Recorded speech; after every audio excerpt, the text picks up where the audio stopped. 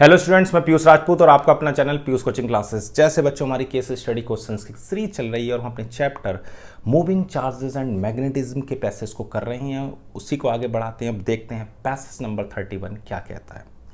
कह रहा है various methods can be use to measure the mass of an atom.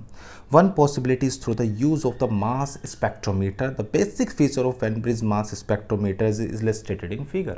Okay, a particle carrying a charge plus q is sent through a velocity selector and comes out a velocity इतना. अब देखो ये velocity selector क्या है, पहले से थोड़ा सा समझते हैं. देखो बच्चों, मैंने क्या किया यहाँ पर, ये आपका पॉजिटिवली चार्ज प्लेट ली हुई है और ये आपकी निगेटिवली चार्ज प्लेट है और ये आपका मैग्नेटिक फील्ड है. ठीक है, यूनिफॉर्म मैग्नेटिक फील्ड. अब मैं क्या कर रहा हूँ, इसमें एक चार्ज पार्टिकल को प्रोजेक्ट करता हूँ. ठीक है, आपने प्रोजेक्ट किया. अब देखो, जैसे ही आप इसको प्रोजेक्ट करेंगे तो मैग्नेटिक फील्ड का फोर्स कैसे निकालते हैं, तो बाय पाम रूल उंगलियों को मैग्नेटिक फील्ड में रखते हैं, अंगूठा वेलोसिटी जो हथेली है वो फोर्स देती है, तो अपवर्ड डायरेक्शन में फोर्स जो लगेगा वो मैग्नेटिक फोर्स लगेगा जिसकी वैल्यू होगी क्यू बी बी. और ये एक पॉजिटिव चार्ज पार्टिकल है तो नीचे की ओर क्या लगेगा, एक इलेक्ट्रिक फोर्स लगेगा जिसकी वैल्यू होगी क्यू ई. अगर ये दोनों फोर्स एक दूसरे को बैलेंस कर लेते हैं तो ये जो चार्ज पार्टिकल है बिल्कुल सीधा चला जाएगा या नहीं जाएगा. यानी कि जब ये दोनों फोर्स इलेक्ट्रिक और मैग्नेटिक फोर्स एक दूसरे को क्या कर लेते हैं बच्चों, बैलेंस कर लेंगे, तो ये चार्ज पार्टिकल बिना किसी डेविएशन के स्ट्रेट पास करेगा.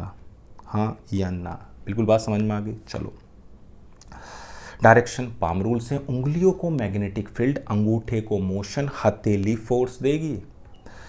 आगे बढ़ते हैं. कह रहा था applied electric and magnetic field satisfy the relation. मैंने अभी आपको ड्राइव कर दिया. So that the trajectory of the particle is a straight line, बिल्कुल स्ट्रेट जाता है. Upon entering a region where second magnetic field B naught pointing into the page has been applied. उसके बाद हमने क्या करा है, एक एक्स्ट्रा आपको मैग्नेटिक फील्ड दिया, only magnetic field B naught. जैसे ही पार्टिकल इसके अंदर आएगा ये एक सर्कुलर पाथ पर मूव करेगा. आपको याद रखना है बच्चों, जब भी थीटा की वैल्यू 0 और 180 होती है तो उसका जो पाथ होता है वो स्ट्रेट लाइन होता है. उसका रीज़न क्या है, उसका रीज़न है कि F इज इक्वल टू, आपने फॉर्मूला पढ़ा है, Q B B sine theta.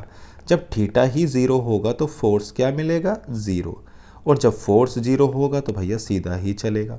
लेकिन जब थीटा की वैल्यू 90 होती है बच्चों तो उसका जो पाथ होगा वो सर्कुलर पाथ होगा, याद रखना. तो हो क्या रहा है, यहाँ से इस चार्ज पार्टिकल को प्रोजेक्ट किया, दो फोर्स लगे, एक इलेक्ट्रिक और मैग्नेटिक फील्ड, एक दूसरे को बैलेंस किया तो ये बिल्कुल सीधा पहुँच गया यहाँ पर. और जैसे ही यहाँ पर आएगा, अब मैग्नेटिक फील्ड है अंदर, मोशन है इधर, तो इस पर एक इधर फोर्स लगेगा तो ये इस तरह से सर्कुलर पाथ पर जाएगा. क्लियर है इतनी बात? ओके. पहले पर आते हैं. कह रहे हैं in a mass spectrometer the ions are sorted out in which of the following way. तो बच्चों दोनों की वजह से इलेक्ट्रिक और मैग्नेटिक फील्ड दोनों ही आपके क्या करते हैं, उसको आइसोलेट करने का काम कर रहे हैं. तो ऑप्शन हो जाएगा बच्चों सी. देखा आपको ये दोनों पार्ट में कि इलेक्ट्रिक फील्ड भी है और मैग्नेटिक फील्ड भी है. ठीक है ना? Okay. And the radius of the particle in the second magnetic field B naught. देखो भाई, अब कोई भी चीज़ अगर सर्कुलर पाथ पर है तो सिंपल सी बात है, सर्कुलर मोशन वो तभी करेगी जब उसको कोई रिक्वायर्ड सेंट्रीपिटल फोर्स दे. और यहाँ पर तो अकेला ही एक फोर्स है, कौन, मैग्नेटिक. अब वो मैग्नेटिक फोर्स उसको एक रिक्वायर्ड सेंट्रीपिटल फोर्स देगा और तभी बच्चों ये घूम पाएगी. तो एक फॉर्मूला होगा mv² upon r, it is the centripetal force, is equal to Q B B naught. तो इससे ये कैंसिल हो गया तो r की वैल्यू आ जाएगी mv over Q B naught. कोई दिक्कत तो नहीं है, सही है इतनी बात. चलो, ऑप्शन है अपना सी. क्या बताया मैंने कि अगर सर्कुलर पाथ पर मूव कर रहा है, सर्कुलर पाथ पर बिल्कुल मूव कर रहा है, मैंने आपको बताया जब भी थीटा 90 होगा यानी कि वेलोसिटी और मैग्नेटिक फील्ड के बीच का एंगल अगर 90 है तो हमेशा सर्कुलर पाथ पर जाएगा और जो रिक्वायर्ड सेंट्रीपिटल फोर्स है वो आपका मैग्नेटिक फोर्स देगा. Which of the following will trace a circular trajectory with largest radius? Okay, radius देखो तो अगर आप ध्यान से देखो तो r इज प्रोपोर्शनल है m बाई क्यू के. m/q। अब हमारे पास तीन तरह के पार्टिकल्स हैं, प्रोटॉन है, एक अल्फा है और एक इलेक्ट्रॉन है। कंपेयर करते हैं, चलो भाई। अगर हम देखें तो R इज इक्वल प्रोपोर्शनल किसके हैं, m/q के। अगर हम इलेक्ट्रॉन की बात करें बच्चों, तो इलेक्ट्रॉन पर आपको पता है जो मास होता है वो हमारा 9.1 इंटू 10⁻³ kg, बहुत कम है।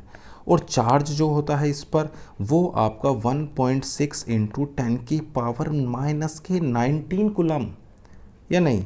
और अगर अल्फ़ा लें, अल्फ़ा होता है 2He4। और प्रोटॉन, ठीक है ना, तो प्रोटॉन अपना हो गया 1H1। अगर इसके चार्ज की बात करें तो चार्ज तो उतना ही होता है 1.6 इंटू 10⁻⁻19 कूलम, लेकिन इसका जो मास है वो 1.67 इंटू 10⁻⁻27 kg है। इसका जो मास है जो आपके पास हीलियम यानी अल्फा पार्टिकल है, इसका जो मास होता है वो प्रोटॉन के मास का 4 टाइम्स होता है। कितने टाइम्स, 4 टाइम्स। और जो चार्ज होता है वो इसका 2 टाइम्स होता है। अब आप सोच लो कि सबसे ज़्यादा कौन चार्ज मास रेशियो रख रहा है, तो क्लियर आपको नज़र आ रहा होगा कि इन दोनों का जो रेशियो है वो सबसे ज़्यादा है।